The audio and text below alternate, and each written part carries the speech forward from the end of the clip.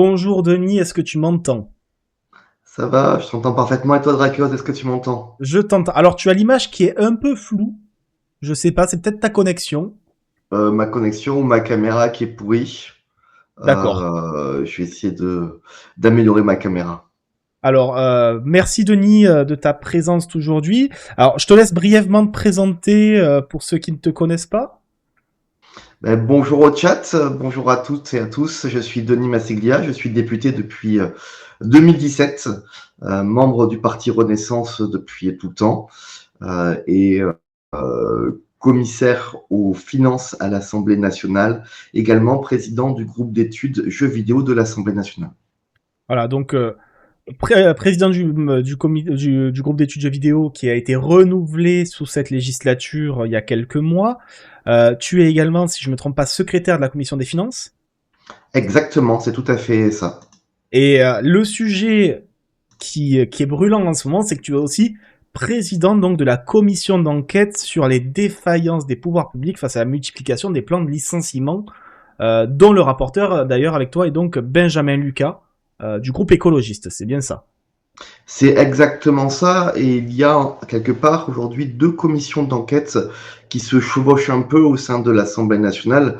Il y a la commission d'enquête sur la réindustrialisation a été lancée par un député du Rassemblement national et celle-ci qui a été lancée par un député plutôt de gauche, d'Europe Écologie Les Verts, si je ne me trompe pas, et qui ont parfois Benjamin Lucas, tendance. c'est plutôt génération, mais oui, c'est dans le groupe écologiste. Oui. Et qui abordent parfois des sujets assez proches les uns des autres. Euh, voilà, il y a souvent des personnes qu'on reçoit nous, je pense à l'entreprise Michelin, et qui vont également dans l'autre commission d'enquête. Donc parfois un peu discutable, parce que chaque entité politique, c'est-à-dire soit de gauche, soit d'extrême droite, essaye d'être visible.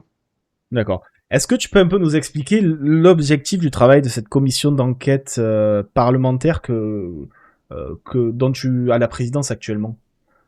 L'objectif, c'est de déterminer parmi les dispositifs, ou du moins par rapport à l'accompagnement de l'État, est-ce qu'il y a aujourd'hui des défaillances qui conduisent à avoir des licenciements et est-ce que les dispositifs existants protègent des licenciements?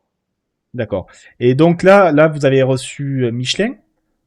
Oui. Déjà, vous avez reçu qui d'autre comme PDG d'entreprises qui ont connu des plans de licenciement récents? Excuse-moi, on a reçu deux entreprises. On a aussi reçu le Crédit Mutuel de France. Euh, donc c'est uniquement deux. Mais en fait, dans un premier temps, on a surtout rencontré dans le Crédit Coopératif de France, excuse-moi.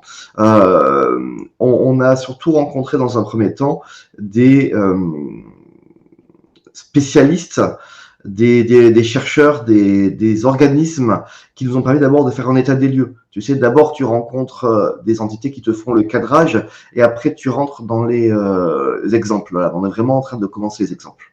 D'accord. Alors, on a vu tout à l'heure le rapporteur de ta commission, donc, qui a annoncé vouloir convoquer en audience les dirigeants d'ArcelorMittal. Est-ce que, en tant que président, tu peux nous donner l'information si c'est prévu ou pas du coup, ou si pour l'instant il n'y a rien de défini? Est-ce que tu as le droit de nous le Euh, dire déjà? non, mais moi je vais vous répondre parce que je n'ai pas l'habitude de faire des langues de bois.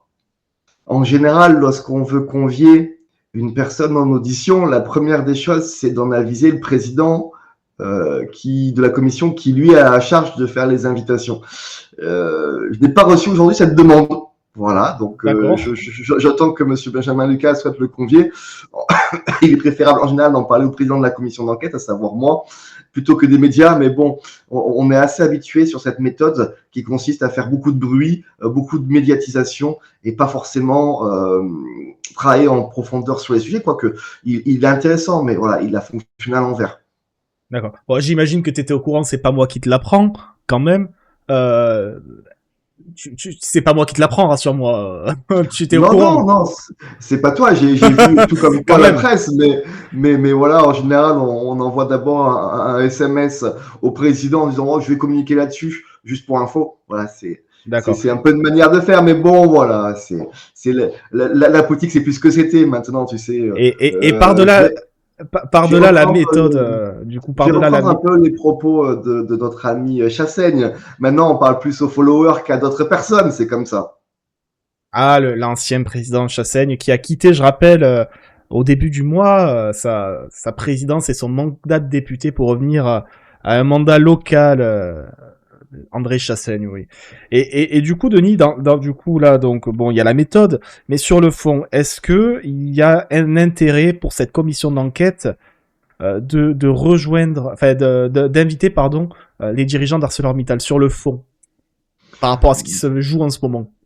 Sur le fond, oui, mais encore une fois, on va être à la frontière entre celle sur la réindustrialisation et celle sur les plans de licenciement.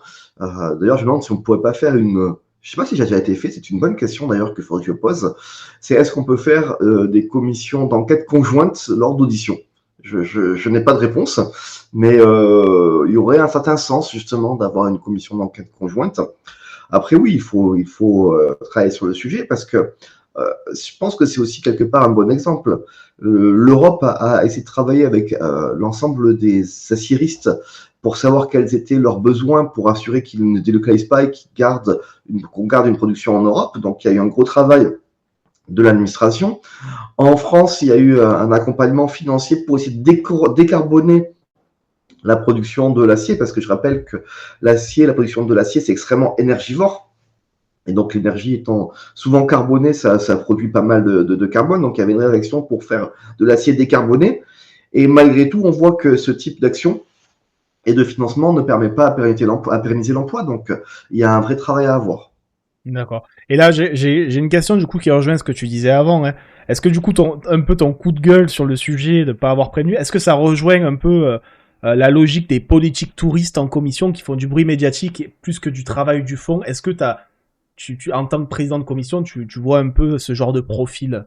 Sans forcément donner des noms, hein, parce que je veux pas non plus que ça ajoute de la tension à la tension, mais est-ce que ce genre de profil, tu en as été témoin?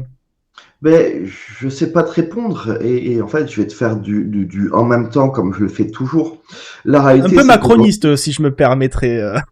exactement, exactement. En fait, la réalité, c'est qu'aujourd'hui, je crois qu'il y a une majorité d'élus qui font plus de la communication que du fond. Et je pense que c'est un vrai problème aujourd'hui de notre monde politique.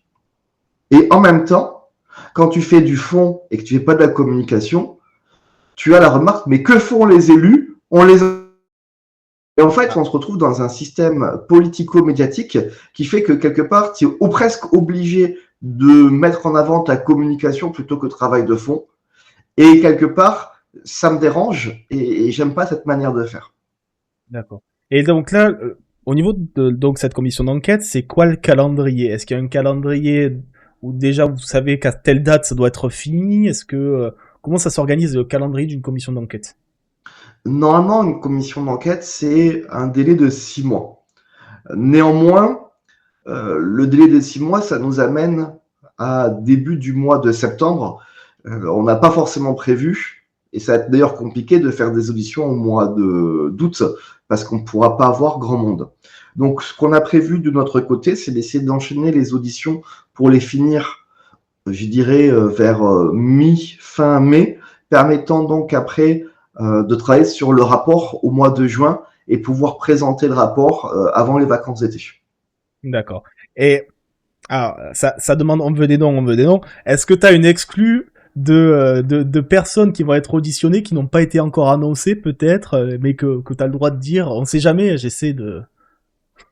Alors attends, je vais regarder. Bougez pas. Ah, on va avoir la petite Oh, exclue là. des exclus, non.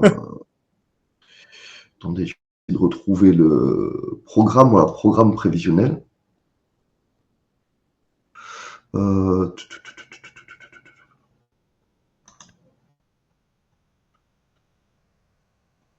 Merde. J'ai pas Word sur mon PC. Désolé, Ah, je peux pas ouvrir le fichier. je te prends de court, c'est pas grave, c'est pas grave. Normalement, on devrait avoir Vancorex. Ah ben tu vois, c'est parfait parce que c'est vrai que c'était une des questions que je me posais pour Vancorex. On apprend donc, on a appris il y a quelques semaines. Bon, c'était sous capital thaïlandais si je me trompe. Enfin, c'était Thaïlande, c'est ceux qui géraient, c'était thaïlandais, c'est repris par les Chinois, mais pas toute l'activité, uniquement l'activité de peinture industrielle, pas l'activité des sels, si je me trompe pas. Donc c'est qu'une partie de l'activité qui est reprise à Vancorex. Voilà.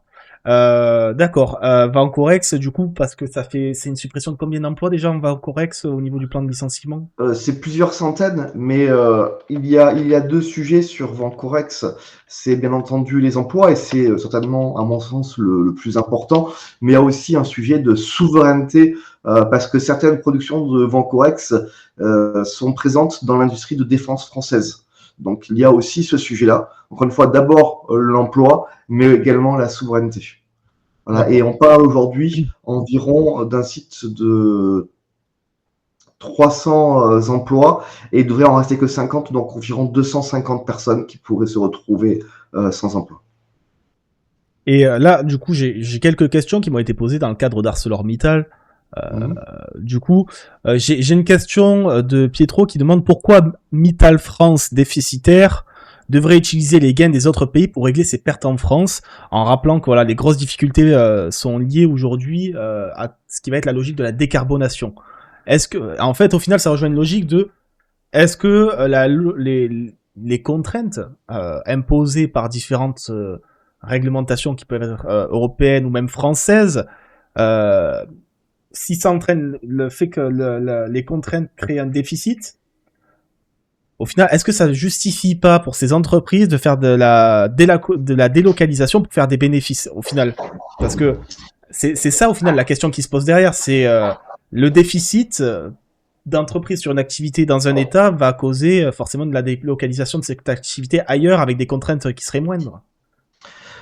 Là-dessus, je vais être assez critique sur la manière dont, depuis des décennies, le politique fonctionne. C'est-à-dire qu'on a toujours été opposé, ou du moins on a mis des réglementations sur les process de fabrication plutôt que sur les produits. Je m'explique.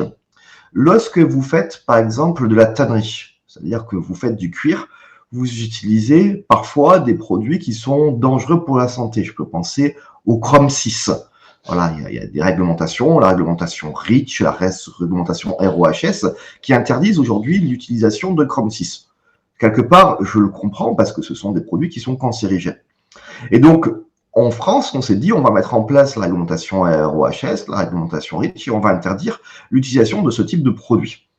La conséquence qu'il y a eu de ce type d'approche, c'est le fait que pour éviter d'être embêtés, les industriels, plutôt que de développer des productions ou des process de substitution qui n'utilisent pas ce type de produit, ont délocalisé les productions.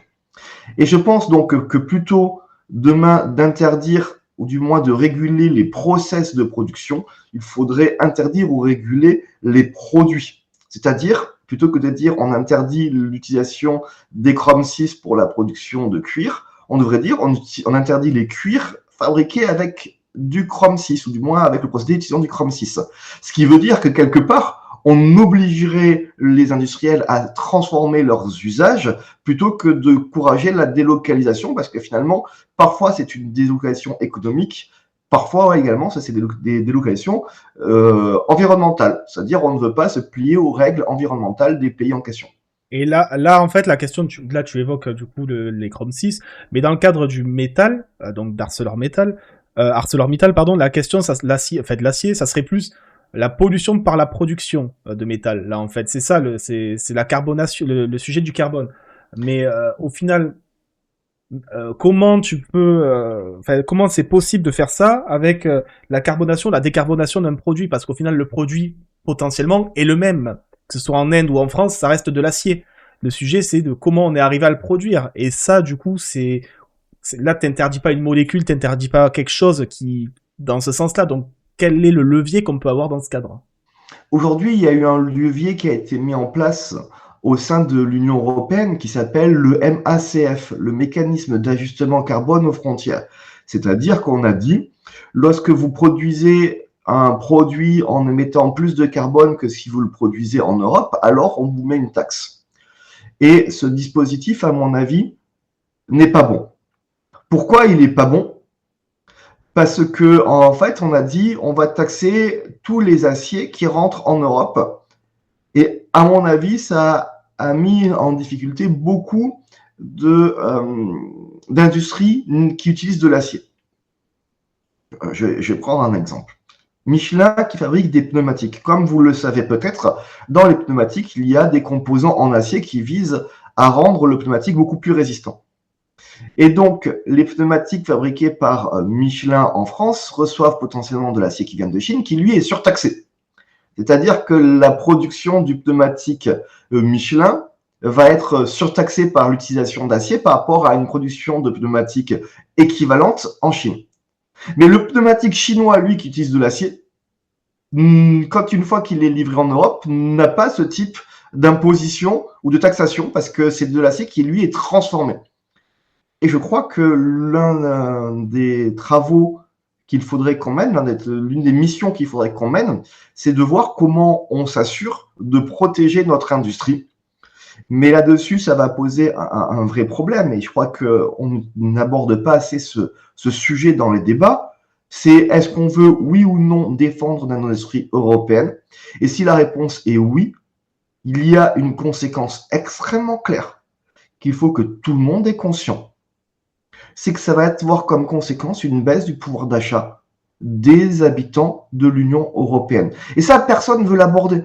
Du moment où on veut produire en Europe, ça coûtera plus cher que si on produit en dehors de l'Europe, sera pour conséquence de préserver notre souveraineté, sera comme conséquence de préserver de l'emploi sur le territoire européen, sera comme conséquence de réduire notre pouvoir d'achat. Et là, d'ailleurs, tu évoques cette problématique, mais il y a une autre problématique qui se pose, qui est aussi évoquée par Pietro, qui je crois est Lisandre sur le chat, qui explique, qui pose la question de savoir si on n'a pas peur qu'à force de jouer à un jeu dangereux, donc le fait de faire des normes et des normes et des normes, notamment avec Total, qui touche Total Energy, ArcelorMittal, etc., et que ces entreprises qui ont des actionnariats étrangers, notamment américains, est-ce qu'il n'y a pas un risque que certaines de ces sociétés, juste, tout simplement, s'en aillent? Et j'ai envie de dire, la question s'est posée récemment avec BHL, enfin pas avec BHL, avec LVMH, pardon. Avec LVMH, qui a sous-entendu la guerre des droits de douane, limite en sous-entendant que c'était peut-être la faute de Bruxelles, et pas celle de Trump, d'ailleurs. C'était assez lunaire. Mais est-ce qu'il n'y a pas un risque qu'aujourd'hui, des industries, même l'industrie du luxe, au final, on se pose la question, viennent à se délocaliser partiellement, voire totalement, et se fermant à un marché français ou à une production française? Il n'y a pas eu des inquiétudes à ce sujet? Il y a bien sûr des inquiétudes et rappelons, et ça je crois que c'est important de le dire parce que beaucoup parlent de LVMH et des entreprises du luxe et surtout de leurs patrons avec beaucoup de véhémence. Moi je rappelle qu'aujourd'hui dans ma circonscription et dans beaucoup de territoires en France, le luxe est un secteur fortement pourvoyeur d'emplois. Voilà, ne l'oublions pas, nous avons la chance aujourd'hui d'avoir une industrie du luxe en France qui est fleurissante et qui permet à chacun et à chacune, beaucoup d'habitants de notre territoire, d'avoir un emploi. Le sujet que tu abordes, il est compliqué parce que il nécessiterait, à mon sens, des heures et des heures de débat. J'aurais tendance à aborder quand même deux thématiques qu'on pourra éventuellement creuser, mais deux thématiques qui me semblent être importantes. La première thématique, c'est encore et toujours, d'arrêter de parler d'entreprise, ou du moins de voir quelles sont les forces qui sont les nôtres et comment on peut utiliser nos forces. Si demain les entreprises veulent délocaliser, il faut qu'on soit capable de mettre en place des dispositifs qui les encouragent à rester à l'échelle européenne. Je crois, et je dis de façon assez claire, que la meilleure des stratégies, elle passe par les procédures d'achat des produits. Si demain, à l'échelle française, on dit on n'achète que des médicaments qui sont produits en France et ou en Union européenne, en fait, le problème des délocalisations sera résolu. Arrêtons à un moment donné de se dire le sujet, il est uniquement et simplement de vouloir produire en France à moindre coût, on n'y arrivera pas. Mais On sera toujours plus cher. là, Denis, d'une certaine façon, tu sous-entends que ça ferme le marché à certains types de produits. Qu'est-ce qui parce que si on achète que des médicaments produits en Europe, par exemple, ça ferme le marché à acheter des médicaments qui sont produits hors de l'Europe, logiquement. Mais du coup, si on fait ça, qu'est-ce qui empêcherait les autres États, notamment américains, avec un Trump qui est très protectionniste, d'exploser ses droits de douane sur certains produits ou d'augmenter sur certains produits que nous on exporterait là-bas, ou d'interdire la vente de certaines productions européennes aux États-Unis ou d'autres États, par exemple. Parce qu'au final, c'est un peu effet miroir. Vous interdisez d'acheter des médicaments, par exemple, produits aux USA en Europe. Bah d'ailleurs, bah, nous on interdit l'achat, je sais pas, euh, de de vin français aux États-Unis ou des choses comme ça. Qu'est-ce qui empêche d'avoir pas des clauses miroirs, mais une forme de choses qui fait que ça fait miroir et que du coup nous on y perd aussi. Parce que c'est très risqué comme stratégie de ce point de vue-là.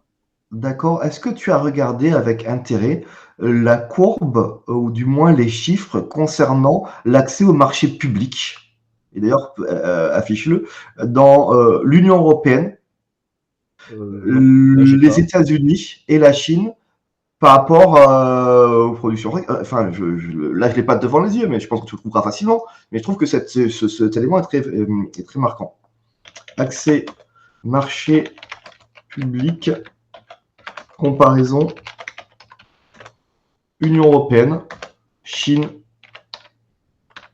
USA. J'avais vu cet élément il y a quelques années. Ça me dit rien de particulier. Voilà. Tac. Et en gros, ce que dit ces chiffres-là, je ne les ai pas devant les yeux, mais que le marché le plus ouvert à la concurrence dans le cadre de commandes publiques, c'est le marché européen. Ce D'accord. qui est dit, en gros, c'est que c'est extrêmement compliqué d'accéder au marché public chinois, mais alors vraiment pratiquement impossible. C'est relativement compliqué d'accéder au marché public américain. Et inversement, c'est open bar à l'échelle européenne. Un exemple, le marché des ravitailleurs. Je ne sais pas si tu te rappelles ce marché des ravitailleurs aux États-Unis. Non. C'est Lisandre, il a l'air d'en se rappeler. En fait, le marché des ravitailleurs, c'est un marché énorme, un contrat de plusieurs milliards d'euros sur des ravitailleurs aéronautiques pour pouvoir remettre du kérosène dans les avions. D'accord. Aux États-Unis, il y a eu un appel d'offres et c'est pas une entreprise américaine qui a gagné, c'est une entreprise européenne d'aviation. Donc tu sais c'est laquelle. Il n'y en a qu'une grande. Airbus. Il y a eu des recours et des recours et des recours et des recours et des recours. Et à la fin des fins, c'est un marché qui est devenu américain. Parce que aux États-Unis, tous les achats publics sont des achats américains. C'est comme ça. C'est comme ça. Et il n'y a que en Europe aujourd'hui où en fait, tu as la Belgique qui annonce hier acheter des avions militaires, ou hier ou avant-hier, des avions militaires américains. Il n'y a que en Europe où aujourd'hui tu as des achats qui ne sont pas souverains. Alors, en plus, là, pour le sujet du militaire, il y a tout un autre sujet aujourd'hui qui est même le fait d'essayer d'avoir une indépendance européenne au niveau de notre armement. Ça, c'est même tout un autre sujet qui se cumule à celui qui existe déjà, évidemment. Hein. Mais là, le sujet Mais de maintenant du stratégique et du militaire, c'est aussi un sujet très important et c'est encore plus important d'ailleurs sur ces secteurs. c'est pas que armement. Tout le monde parle avec beaucoup d'étoiles dans les yeux sur ce qu'a fait Musk avec ses fusées, avec SpaceX. Mais SpaceX, c'est subventionné par les États-Unis d'Amérique. Alors, c'est pas un chèque qui a été donné du gouvernement américain à SpaceX, c'est les entreprises américaines subventionnées par l'État qui ont acheté, elles, des produits pour SpaceX. C'est comme ça que ça fonctionne aux États-Unis. C'est la DARPA, ce sont des organismes de référence qui financent, qui subventionnent de façon indirecte les entreprises. Il n'y a que en Europe aujourd'hui où on croit encore à la juste concurrence avec des entreprises d'un côté qui ne sont pas subventionnées et qui sont embêtées par les normes, et de l'autre côté, des entreprises qui ne sont pas embêtées par les normes et qui sont subventionnées. C'est ça la réalité aujourd'hui. Donc aujourd'hui, un des problèmes aujourd'hui, ça c'est pas les normes européennes selon toi, mais c'est davantage l'ouverture, la surouverture du marché européen aux Américains ou aux Chinois. Les deux mondes veut. Aujourd'hui, les États-Unis, ils ont créé Google, Amazon, Facebook. Nous, on a fait le RGPD, le DSA et le DMA. Voilà. Dans cette phrase, tu as la conclusion de pourquoi nous, on est en difficulté et pourquoi eux, aujourd'hui, ils continuent à se développer. Alors, il y a aussi un autre sujet qui est quand même l'interdiction européenne de créer des géants aussi. Hein. Ça, c'est un véritable sujet. Les règles d'interdiction de monopole qui sont très, très, très importantes et qui empêchent la création de géants de certains secteurs au niveau européen. Ça, c'est aussi un vrai sujet. Hein. Européenne et française. Par défaut, oui. Et quand tu vois que TF1 et M6 veulent s'associer pour devenir plus puissants et qu'aujourd'hui c'est interdit, ben voilà, c'est le problème aujourd'hui de notre société ou de notre système. En fait, aux États-Unis, ils pensent avant tout et pour tout économie et donc développement des entreprises. Nous, en Europe, on pense consommateur. Le moins cher, le moins cher, le moins cher, le moins cher. Du moment où nous, on pense consommateur le moins cher d'un côté et que de l'autre côté, on dit qu'il faut qu'on ait un système qui protège les salariés, et je suis 100% d'accord avec ce système-là, on arrive dans un problème qui consiste à dire qu'il faut qu'on délocalise. À l'époque, dans le début du XXe siècle, le Fordisme, c'est il faut qu'on crée, ou du moins il faut qu'on paye des personnes pour qu'ils s'enrichissent et qui après achètent les produits qu'ils réalisent. En fait, en gros, voilà, on paye des gens à fabriquer des voitures et avec l'argent qu'ils ont quand on leur paye pour fabriquer des voitures, ils peuvent acheter des voitures. On a basculé vers un système où aujourd'hui, on fabrique les voitures ailleurs et on demande à des gens qui ne produisent pas des voitures de les acheter. On arrive au bout du système. Et alors, c'est vrai, et ça, ce que tu viens de dire a fait réagir quand t'as dit nous on fait RGPD, DMA. Et il y a Shibakita dans le chat qui a dit on va vraiment remettre en question l'importance du RGPD et du DMA. Enfin, l'utilité. Mais moi, je ne remets pas en question ces normes qui sont des normes qui me semblent être justes. Je dis juste que nous, en Europe, plutôt que de construire la norme au travers de nos entreprises, on construit la norme au sein de notre administration.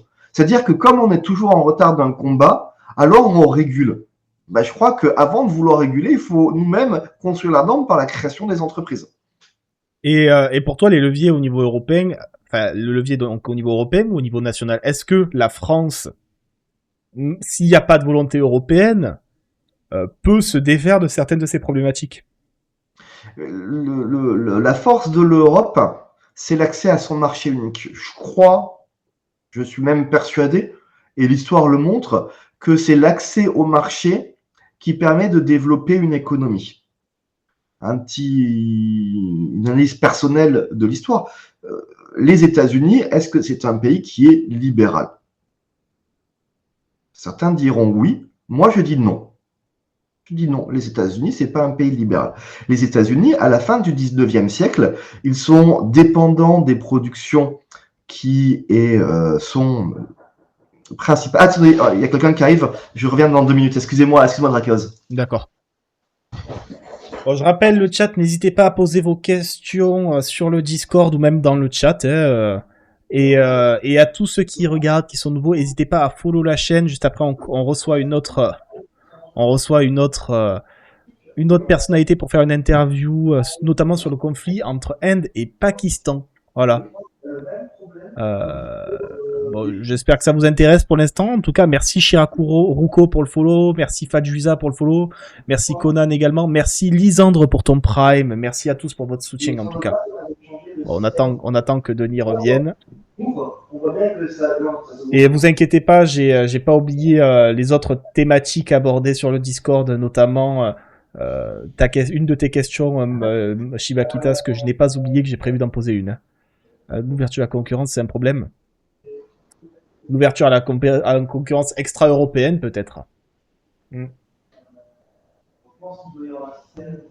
Le DMA, c'est des amendes de 700 millions au total qui frappent Apple et Meta, et mine de rien. Et potentiellement, est-ce qu'on va peut-être battre le milliard avec une amende qui touchera Musk et notamment X prochainement, Shibakitas. Voilà, l'amende sur X n'est pas encore tombée, je rappelle. Alors attendez, je vais juste... Est-ce que je peux couper son son ou pas? Parce que... Ouais. Voilà. Tac, merci Exaspritchy pour le follow. Merci à tous pour votre présence et votre soutien en tout cas. Bon, on est descendu à 400. La homepage aujourd'hui est assez bizarre au niveau des chiffres. J'ai du mal à comprendre comment elle marche. Est-ce que tu peux lui poser la question de la souveraineté, genre via la capitalisation, etc. Bah après, attendez, il est encore 30, on a le temps, et on a encore plein de sujets qu'on va pouvoir voir avec lui. N'hésitez pas si vous le souhaitez à follow, à mettre des primes, à lâcher votre sub, à soutenir la chaîne. Je rappelle que plus on sera nombreux, plus la chaîne prendra de place, plus on pourra inviter des personnalités politiques de tous bords politiques et des têtes de plus en plus grosses. Déjà là, voilà, on a quand même président de commission, c'est super. Tac. Bon, on attend qu'ils reviennent. J'ajoute la qualité à défaut de quantité. Bon, pour l'instant, j'espère que les questions vous intéressent. Quand même, j'ai essayé de faire des questions vraiment plutôt techniques, pas juste faire de la popole. Voilà, j'espère que ça vous plaît. Merci Shibakitas pour ton sub. Merci beaucoup de ton soutien. Voilà, j'espère que ça vous intéresse en tout cas. C'est surtout ça l'idée, que ça vous intéresse. J'ai craqué, j'ai eu la pub Subway. Ah, courage. Donc ouais, Shibakitas, je vais poser ta question de toute façon sur ta toute première question que tu as posée sur le sujet des traducteurs, je comptais la poser.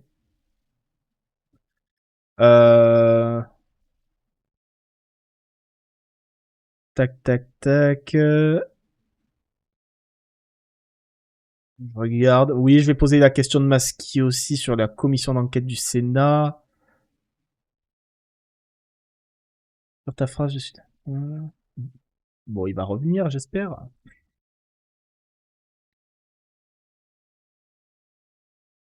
C'est les aléas du direct. Hein.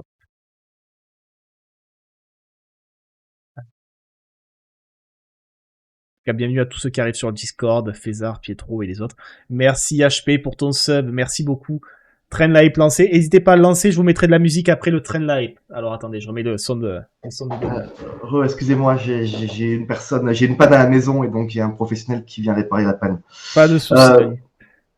Donc je disais, les États-Unis, pays du libéralisme, lorsque à la fin du 19e siècle, ils se rendent compte qu'ils sont trop dépendants des productions anglaises, la première chose qu'ils font, c'est qu'ils ferment l'accès au marché aux productions anglaises pour développer leur propre industrie.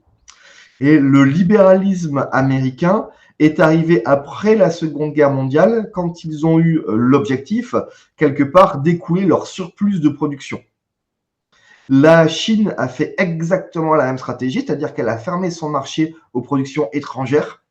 Et aujourd'hui, alors même que les États-Unis essayent de fermer son marché, sont les premiers défendeurs plutôt, excusez-moi, du libéralisme. La Chine communisme défend le libéralisme à l'heure actuelle. Je crois qu'il faut qu'on se mette vraiment dans l'idée de ce qui se passe. J'ai presque envie de dire aujourd'hui, la notion de communisme en Chine, c'est des plus qu'un mot. Hein. C'est peut-être l'un des pays les plus, du point de vue du libéralisme et de la production au niveau capitalisme, etc. C'est quand même quelque chose la Chine aujourd'hui. C'est pas juste la Chine. C'est pas du communisme comme on a pu en entendre parler dans l'histoire, ou le vivre avec le stalinisme, Mao ou autre. Ça n'a plus rien à voir. La Chine est communiste à l'intérieur, elle est libérale à l'extérieur. Communiste dans son système politique d'accès au pouvoir à la rigueur, oui. Mais c'est la seule chose qui reste du communisme en Chine, je pense, aujourd'hui. Hein. Son système politique. Le libéralisme, si je traduis, c'est la promotion d'une manière de commercer avec d'autres pays pour défendre ses intérêts économiques, c'est tout. Et juste, je ressaute dessus parce que tout à l'heure, il y a Lissandro dans le chat qui a réagi et qui a posé la question de te poser la question de la souveraineté via la capitalisation. Est-ce que tu peux lui poser la question de la souveraineté, genre via la capitalisation, etc. Quelque chose que les USA et les autres pays ont bien compris. Là, pour la question, est-ce que tu comprends la question peut-être? Non, Et mais je crois que je comprends son propos et je vais commencer à faire une réponse. Et si je réponds à côté, c'est que j'ai mal compris. Aujourd'hui, on a une difficulté en Europe, mais surtout en France, c'est la capacité qu'ont les entreprises à défendre l'industrie française. ouais, il me Pourquoi? précise, faire en sorte que les Français deviennent actionnaires de leur propre société, comme en Norvège avec le Norway Fund. Voilà. Pourquoi? Parce qu'en effet, aujourd'hui, les Français, lorsqu'ils investissent, ils investissent naturellement plus dans l'immobilier que dans l'économie. À l'inverse d'ailleurs des États-Unis, qui investissent plus dans l'économie que dans l'immobilier. Et on a un truc qui est en train de se passer, qu'on ne parle pas suffisamment, à mon avis, puisque on est souvent très intéressé par les plans de licenciement massif parce que c'est médiatique. Mais on ne voit pas ce qui est en train de se passer dans les petites et moyennes entreprises.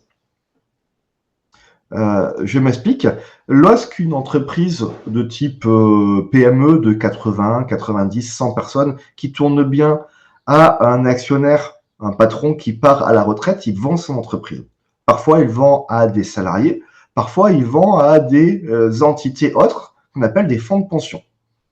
Eh ben, ces fonds de pension, ils sont jamais français, ils sont très souvent étrangers, et quand ils viennent, eux, ils viennent pour faire un maximum d'argent au détriment potentiellement de l'avenir du site.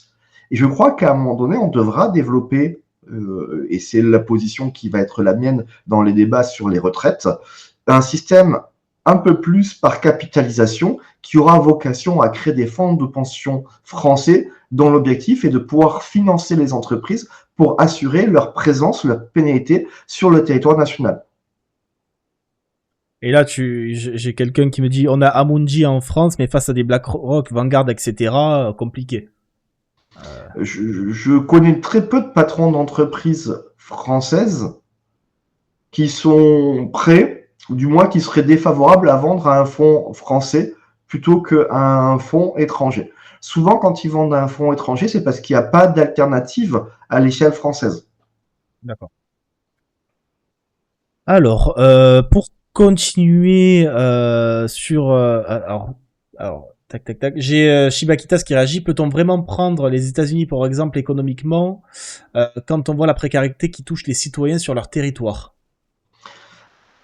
On peut, Shibakitas, on peut se dire que les États-Unis c'est nul et surtout ne rien changer. Et le jour où il y aura plus d'entreprises françaises financées par l'argent des Français, que ce sera que américain et qu'on continuera à enrichir les Américains, on pleurera. Enfin, la réalité, excusez-moi, je vais être un peu brutal. Aujourd'hui, c'est les travailleurs français qui, en partie, financent les retraités américains. Est-ce qu'on veut continuer comme ça? Si c'est comme ça, ben, changeons rien. Voilà, changeons rien. Et du coup, bon, avant de partir peut-être sur une autre thématique parce qu'il reste 20 minutes, par rapport à la commission d'enquête dont tu as la présidence et on va dire tout ce qui va toucher les plans de licenciement, etc. Est-ce que tu as autre chose que tu souhaitais développer ou on peut passer peut-être au groupe d'études jeux vidéo parce qu'il y a quelques questions et...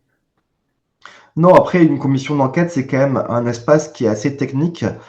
Comme vous le savez tous, j'imagine, j'essaye au maximum de faire de la pédagogie sur les commissions d'enquête.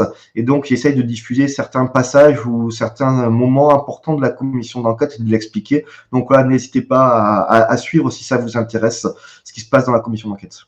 De toute façon, c'est un de tes collaborateurs, si je me trompe pas, qui fait les lives pendant que tu es en commission. Donc je fais un petit shout-out, n'hésitez pas si ça vous intéresse de regarder le député Denis Masseglia en commission, en présidence de commission d'enquête, même présidence. Euh, je vous ai mis un shout-out, n'hésitez pas à les follow. Mais Alors, j'avais aussi par le passé expliqué comment se construisait une commission d'enquête, à quoi ça servait, les process et tout ça. Donc voilà, et j'essaye au maximum d'expliquer comment les choses se passent. alors, juste, alors, en vrai, je vais poser une dernière question sur la commission. Qu'est-ce que c'est les finalités et les conclusions que tu attends au travers de cette commission? Quelles conclusions tu attends de tirer de cette commission à terme, sur le final? Alors, je crois qu'on a perdu Denis. Je crois que sa connexion vient de couper. Non, Ouais, c'est bon, il est de retour, il est de retour. la ruralité, que voulez-vous? Est-ce que tu as Ouais, entendu ma question ou pas du coup? pas du tout. Ah, ma question c'était à quelle conclusion tu t'attends au travers de cette commission? L'utilité de cette commission d'enquête à terme, quel est son objectif sur Bah, sa finalité? Bah alors là-dessus, je rappelle que moi, je suis président de la commission et je suis pas rapporteur. C'est pas moi qui vais faire le rapport. C'est pas moi qui vais faire le rapport, donc je suis incapable de dire quelles seront les conclusions. C'est au rapporteur. Néanmoins, le rapporteur, lui, ce dont il a besoin, c'est que le rapport soit voté. Et donc, il a besoin que quelque part, euh, il puisse avoir le soutien de la majorité présidentielle pour que le rapport puisse être voté. Donc, souvent, il y a quand même un équilibre dans les propositions qui sont faites. Donc, lui, ce qu'il va vouloir aborder, à mon avis, son axe principal, ça va être un retour de l'État dans le contrôle de ce qui se passe au sein des entreprises, avec éventuellement, par exemple, lorsqu'il y a des aides financières, qu'elles soient conditionnées. Et de mon côté, de là où je vais aller, je pense que je vais souhaiter à ce qu'il y ait plus de présence des salariés dans les organes décisionnels des entreprises. D'accord. Bon, ben merci pour tes réponses sur la commission d'enquête, en tout cas, Denis. Deuxième partie de l'interview, on va dire sur le sujet du groupe d'études jeux vidéo. Voilà, parce que bon, on est sur Twitch, donc forcément tout ce qui va toucher à ça a trait à pas mal de personnes. Est-ce que tu peux nous expliquer le rôle d'un groupe d'études, notamment celui sur les jeux vidéo? À quoi ça sert? Alors déjà, il faut rappeler qu'un groupe d'études, c'est un organe, c'est une entité de l'Assemblée nationale qui n'a pas vocation à légiférer. Il n'y a pas de proposition de loi émanant d'un groupe d'études de l'Assemblée nationale. Pourquoi? Pour déjà l'une des premières et simples raisons, c'est que c'est transpartisan.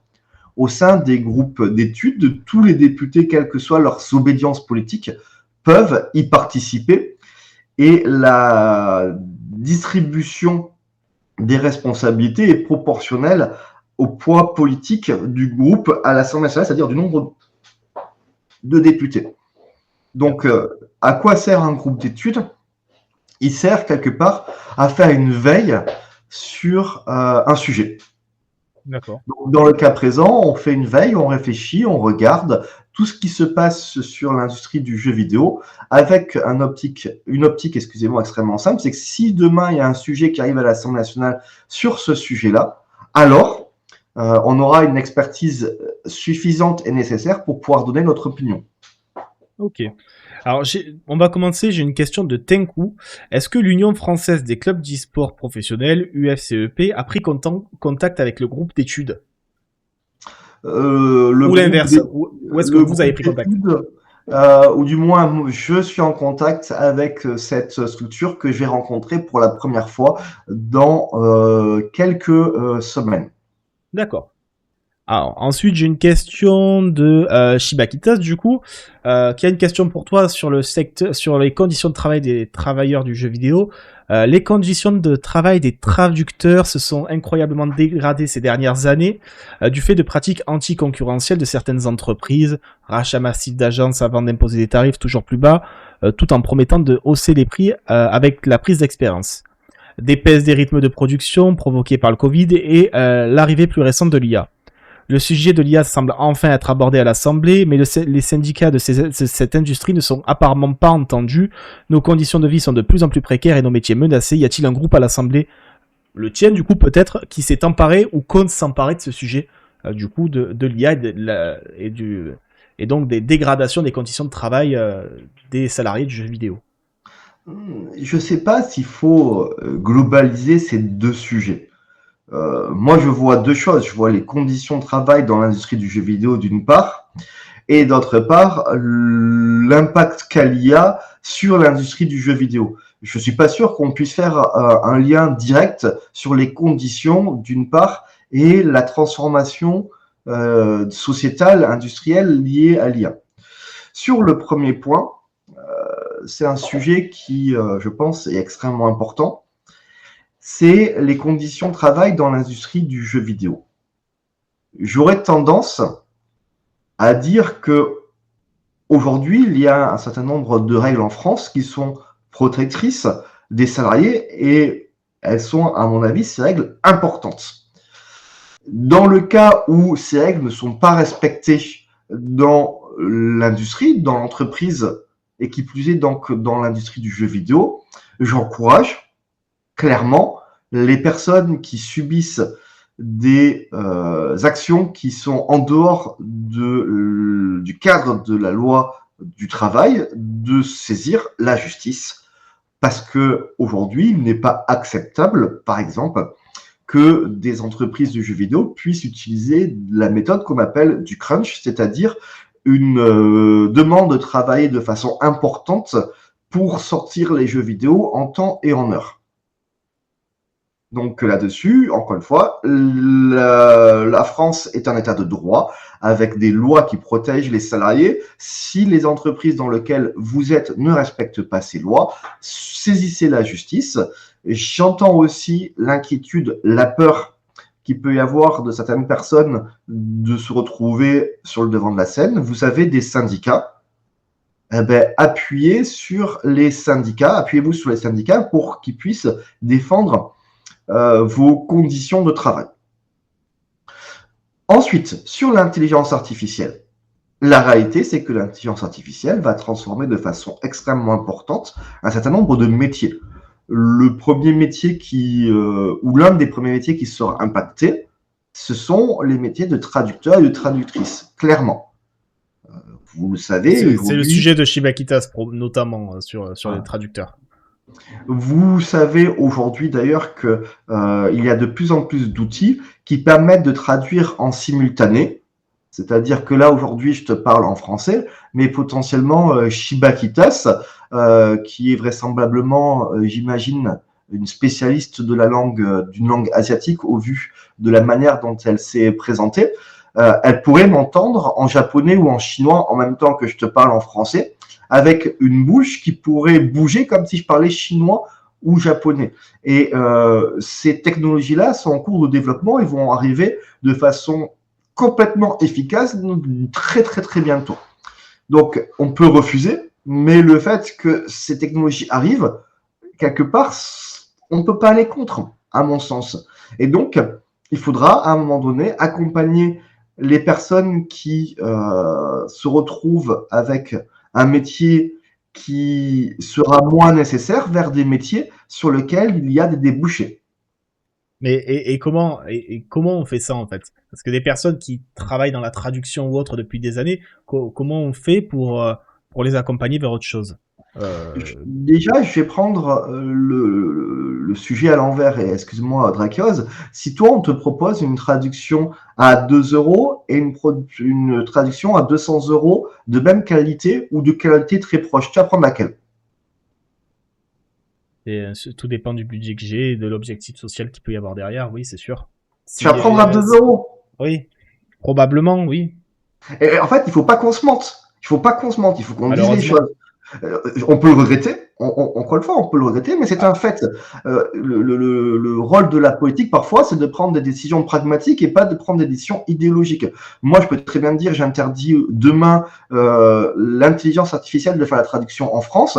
Les Françaises et les Français vont utiliser les outils pour payer des prestations moins chères. Mais là, un des sujets qui est présenté vis-à-vis de l'IA par Shibakitas, c'est que les textes aujourd'hui qui nourrissent les IA, c'est des textes de traducteurs et c'est fait sans leur propre avis. Et en fait, au final, ils nourrissent un outil qui a pour objectif de les remplacer sans forcément leur propre accord. Parce que, bon, on a vu les logiques de l'IA pour nourrir les intelligences artificielles aujourd'hui.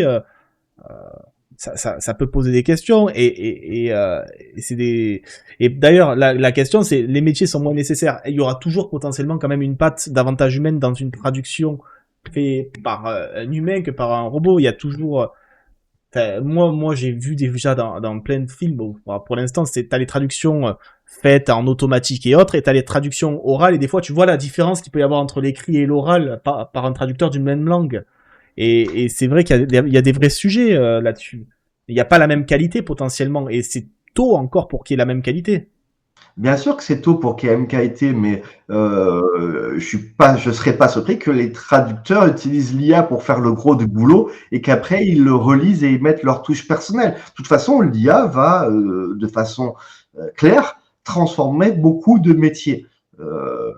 on peut le regretter, mais je crois qu'on ne peut pas aller contre ce type de transformation. Après, sur le financement, aujourd'hui, il y a des travaux, il y a des réflexions qui nécessitent d'être avancées, ce qu'on appelle sur le droit voisin. Le droit voisin, c'est comment on permet aux personnes qui utilisent potentiellement les traductions, mais je peux penser aussi aux articles de presse, de financer les personnes qui créent le contenu. Voilà. Mais ce débat-là, il est qu'aux-prémices, et j'ai peur que le temps qu'on puisse avoir ce débat et arriver à des conclusions, le métier de traducteur, malheureusement, se retrouve en grande difficulté. D'ailleurs, il l'est déjà. Et là, on parle du métier de traducteur, mais j'ai presque envie de dire, ça relève de plein de domaines artistiques, parce que le doublage, on a bien vu en ce moment le sujet du doublage où aujourd'hui il y a des intelligences artificielles qui sont quasiment capables de reproduire les doubleurs américains avec les intonations, etc. Mais dans une autre langue, c'est quand et le développement web, par exemple, qui est évoqué. Comment on fait en pratique pour accompagner ces personnes qui aujourd'hui risquent de perdre ce qui leur permet de manger en fait? Comment on les accompagne? La question c'est comment? Parce que évidemment qu'il faut le faire, mais comment? Parce que dans un système, enfin dans le système tel qu'il enfin dans cette révolution, parce que nous sommes dans une révolution aujourd'hui. Je considère que la révolution informatique est l'équivalent de la révolution à l'époque où on a inventé les moteurs. Je rappelle d'ailleurs que, enfin, imagine un truc. Enfin, je vais revenir en arrière. Imagine un truc. À l'époque, on a inventé la machine à vapeur. C'est-à-dire que tu as des personnes qui étaient en mobilité de type cheval, qui jour au lendemain ont vu des moteurs arriver. T'imagines l'inquiétude, la peur qu'il y a pu avoir sur quelque part ces métiers-là. Et aujourd'hui, donc, cette transformation, la transformation numérique, cette révolution numérique, elle est équivalente à la création du moteur, à la révolution industrielle. Voilà, c'est une transformation massive de notre société. Oui, il y a des métiers qui vont disparaître. C'est dur, c'est compliqué. Ça crée du stress, de la tension, et des personnes qui sont passionnées par leur métier, potentiellement demain vont se retrouver à ne plus pouvoir vivre de leur métier. C'est vrai, et il faut pouvoir accompagner ces personnes. Par contre, d'autres métiers vont se créer. Et je crois qu'il faut accompagner l'ensemble de ces personnes vers d'autres nouveaux métiers. Je crois que cette révolution qui arrive, elle sera positive pour l'humanité. Et je dis pas qu'elle sera positive, parce qu'il faut être inquiet, enfin pas inquiet, mais il faut être vigilant. Elle sera positive pour l'humanité si on est capable de dire que l'informatique remplace des missions qui sont des missions quelque part qui vont libérer du temps aux personnes qui le font pour faire des prestations avec plus de relations humaines.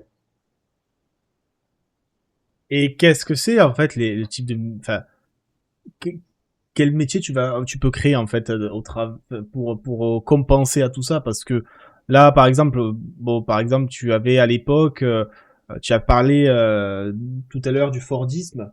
Tu travaillais la chaîne, etc. Après, tu as eu tout ce qui est machine et automatisation, qui a fait qu'on a eu besoin de moins en moins de personnes dans les usines parce que les machines, tout ce qui est robotisation, etc. faisait que aujourd'hui, on se retrouve dans une situation où dans les usines, il y a besoin de moins en moins de monde pour faire tourner les usines. Les domaines de l'artistique, il y a besoin de moins en moins de monde pour faire tourner certains domaines artistiques parce que tu as l'intelligence artificielle qui arrive. Au final, toutes ces personnes, on va les mettre où? Si les métiers disparaissent, où est-ce qu'on va trouver des cœurs de métiers où on va pouvoir mettre ces gens? Parce que là, c'est vrai que plus ça va, plus on se rend compte qu'en fait, que ce soit par la robotisation, par l'intelligence artificielle, on se retrouve avec une quantité assez importante de secteurs qui sont presque prêts à disparaître en termes de manœuvre, en termes d'humains derrière, qui font ces métiers. Alors, tu vois, je vais te faire une remarque, mais moi, je ne crois pas que l'intelligence artificielle va attaquer l'artistique. Je n'y crois pas. D'ailleurs, c'était déjà le cas à l'époque où la photographie arrivait. Les peintres ont dit, ça va enlever notre métier. Pourquoi? Parce qu'en fait, l'intelligence artificielle, c'est du deep learning. C'est-à-dire qu'on apprend une intelligence artificielle et elle ne peut fonctionner que sur des choses qui existent. L'art, c'est la création. Ce sont des choses nouvelles. Eh ben, je pense que l'intelligence artificielle ne pourra pas faire des choses nouvelles. Elle pourra que reproduire ce qui existe déjà. Donc, à mon sens, l'intelligence artificielle, elle va avoir un gros impact et c'est quelque chose qui est nouveau dans les révolutions dans nos sociétés. C'est que avant, les révolutions, elles se faisaient principalement sur des métiers à faible valeur ajoutée. C'est-à-dire que c'est l'ouvrier à l'usine qu'on remplace par un robot. C'est donc principalement des personnes à faible formation qui sont impactées par les révolutions et elles bénéficient principalement aux personnes à forte compétence. Je crois que l'intelligence artificielle, elle est complètement à l'envers. Ah oui, bah là, C'est-à-dire oui. qu'elle ne va pas toucher l'ouvrier ou très peu, elle ne va pas toucher le plombier, elle ne va pas toucher le boulanger ou très peu, parce que ce sont des métiers manuels et on va continuer à avoir besoin de ce type de métier. Elle ne va pas toucher ou peut toucher les métiers de relations humaines. Par contre, elle va toucher les métiers à forte formation. Un des métiers qui, à mon avis, sera le plus impacté par l'intelligence artificielle, c'est le médecin. Je pourrais parler des avocats aussi, mais je vais parler de médecins. Imaginez les avocats aujourd'hui, quand tu peux avoir une réponse sur ChatGPT plus efficace et plus rapide qu'un avocat qui travaille 2 jours sur ton dossier. Mais je vais parler de la médecine. Aujourd'hui, on voit bien que l'intelligence artificielle commence à avoir sur certains types de pathologies des résultats plus efficaces que les médecins eux-mêmes. Je vais prendre un exemple, c'est pour la détection d'un cancer du poumon. Aujourd'hui, l'intelligence artificielle est plus efficace pour voir sur une radio si vous avez un cancer du poumon qu'un médecin. Même ça commence à aller plus loin. Ils sont en train d'utiliser l'intelligence artificielle pour essayer de faire de la prédiction. C'est-à-dire qu'ils voient une radiologie de quelqu'un qui a un cancer et ils disent, en fait, on va prendre la même radio de cette personne 3 ans, 5 ans avant qu'il y ait un cancer pour que on puisse former l'intelligence artificielle à anticiper les risques de cancer. Après, le rôle de l'IA, dans ce cadre-là, l'IA est un outil. Elle ne remplace pas un médecin. Mais Elle est un outil pour faire en sorte que les diagnostics soient de plus en plus précis et efficients. Mais aujourd'hui, qu'est-ce qu'on demande à un médecin? C'est de faire des diagnostics. Et donc, les diagnostics d'intelligence artificielle seront plus efficaces que les diagnostics de médecins.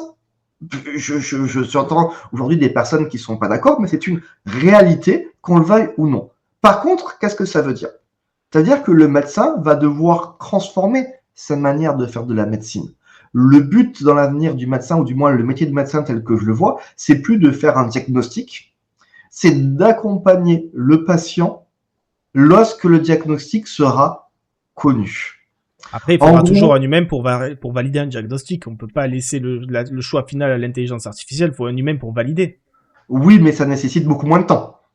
Oui, mais je veux dire, du coup, on ne se passe pas totalement non plus de la présence humaine sur ce dossier. Non, je suis d'accord, sauf que le médecin, lui, va valider le diagnostic de l'intelligence artificielle d'une part, et d'autre part, il va mettre en place un accompagnement du patient. Tu vois, Drakeos, toi et moi, demain, on pourra avoir exactement la même maladie. Mais si le médecin nous dit à toi et moi de prendre un traitement, on peut parier qu'en fonction de notre éducation, notre façon de penser et autres, nous réagirons différemment à la demande de traitement, ou du moins au protocole de traitement qui nous est proposé. Toi, peut-être que tu es quelqu'un de respectueux et qui a confiance à la médecine et tu diras, je respecte parfaitement ce qui m'est dit de faire, c'est-à-dire d'arrêter de fumer, de boire de l'eau, de prendre mes médicaments matin, midi, soir, et donc tu seras pile poil dans l'écoute de ce que te demande le médecin. Et moi, avec la même maladie, je vais dire, non, moi, j'ai pas envie d'arrêter de fumer, de toute façon, la vie est ainsi faite, je veux profiter de ma vie, tant pis si je meurs plus tôt. Et ça, il n'y a que l'humain qui est capable d'adapter et de trouver les mots pour accompagner chaque personne. Et c'est là où je crois qu'il va falloir qu'on accompagne notre société, c'est de dire l'intelligence artificielle sera sur certains métiers beaucoup plus efficace et beaucoup plus rapide que l'humain. Ouais, peut-être que je vais prendre de l'homéopathie comme dit la truite végane en disant l'homéopathie va me soigner de mon cancer. Voilà, et c'est différent.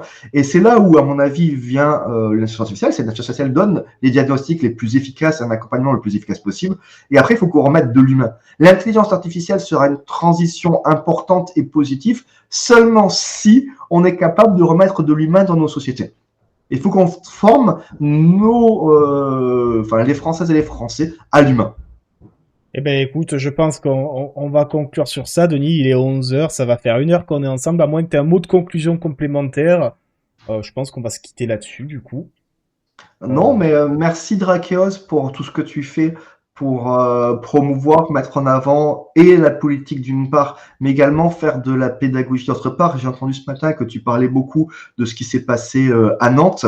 Oui. Je crois qu'on a un vrai sujet aujourd'hui d'accompagnement à toute notre population, mais à la jeunesse également sur l'usage qui est fait des réseaux sociaux. Et sur les tensions qui arrivent dans notre société par des réseaux sociaux qui créent aujourd'hui beaucoup de stress et de tensions. Je crois que d'avoir des contenus pédagogiques, des contenus modérés sont une des réponses demain à éviter d'avoir une société qui aujourd'hui est quand même fortement stressée, fortement sur tension. Il faut qu'on soit capable collectivement de remettre un peu de calme, et merci pour tout ce que tu fais parce que je sais que tu es dans cette optique-là et on aurait besoin de beaucoup plus de contenu de qualité de ce type-là. Eh ben, merci beaucoup, Denis. N'hésitez pas à aller suivre Denis sur ses différents réseaux et sur sa chaîne Twitch. Je vous ai fait le shout-out tout à l'heure. Je te souhaite une excellente journée, un bon week-end et profite bien des 2 derniers jours qui te restent de vacances parlementaires. On va faire vacances, tout est relatif. Cet après-midi, Oui. je serai avec Gabriel Attal, donc à très vite ça. Bah, tu lui diras de passer sur la chaîne à l'occasion, si jamais tu en as la possibilité. Ça marche. À bientôt, Denis. À bientôt, salut.